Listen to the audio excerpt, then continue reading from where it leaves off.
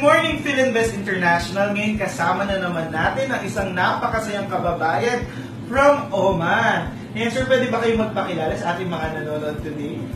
My name is Dominador Lake Escobedo, for short, DOM. I'm connected with Neuris International. It's a French multinational catering company. Kumuha kayo ng property sa Philinvest, not one, not two, but tatlong property. Exactly. So, sir, saan kayo kumuha? The first one that I got is from Linear Macari. It was the year 2016. The second one is the Tower 3 at the Judiciary. Then the third one is the Levels. So, what makes you decide to get these properties, hindi lang isa kundi tatlo? At first, yung kumuha ko nung nag-invite sa akin sa Linear Makati, sabi ko, okay, when I understand the mechanism, sabi ko, okay na sila itong isa for the start. Pero last January, na-realize ko na, nung bumalik ako tapos may mga si Mr. Peter, salita, tapos marami kong mga kasamahan na nagsasalita din. Then, I realized na siguro kung itinuloy-tuloy ko yung pag-Philinvest ko since 2016 until today, siguro ang achievements ko is like that. Nadagdagan ko ng isa, nadagdagan ko ng dalawa, nagiging tatlo ngayon. At last month, nagiging top earner ako sa commission.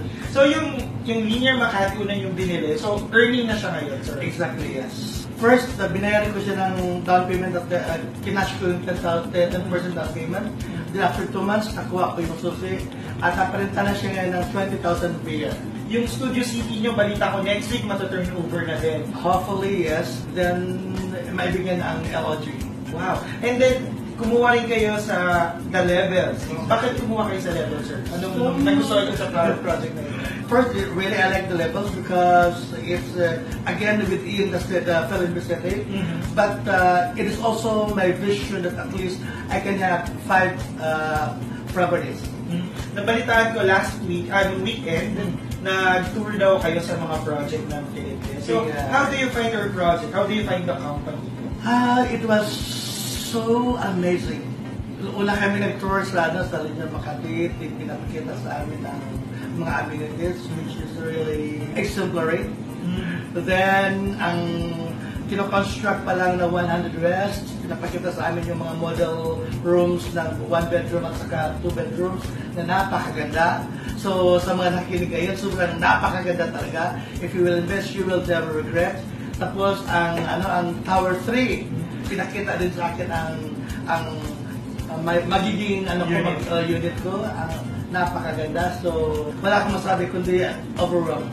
Mataas na yung possession nyo sa Oman. I'm sure malaki rin yung kinikita nyo. Pero bakit nag-join pa rin kayo sa Noon, nung nag-umpisa ako, akala ko I can just invest and that's it. But later on, I realized that it's not just about ourselves na magkaroon tayo ng kita. Pero ang pinaka-importante doon is to help other people, sa ating mga compatriots na matulungan din sila sa kanila sa pag-manage sa kanilang financials. Dahil there are many Filipinos, there are many OFWs that they really don't know how to manage their finances. So, ang sa amin ngayon, lalo sa akin, pagka nag-approach ako ng isang Pilipino, it's not just about para sa akin.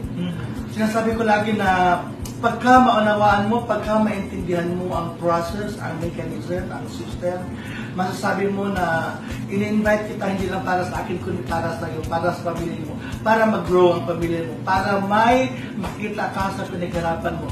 Later on, you will be the new version of Juan Tamad. Sa aking mga kababayan all over the world, not just in Oman, sa kung sino mang makikinig sa interview namin na to, proud kong masabi sa inyo na it's not a waste of time, it's not a waste of money to invest. Nagbibigay siya sa akin ng income at natulungan pa natin ang ating mga OFW. At later on, ma-realize nyo na pagka-alito kayo sa Philinvest, you'll become free and rich and never have to work abroad again. That is the very important thing that we have to realize because karamihan sa ating mga OFW, nagsatrabaho, nagsisave, nagbabakasyon, ubos ang pera, balik sa pagka-OFW. But pagka nag-invest kayo, naging buyer at saka seller, your life will really enhance. The luxurious life that you had being an OFW will be sustained. Kaysa ako sa French Revolution!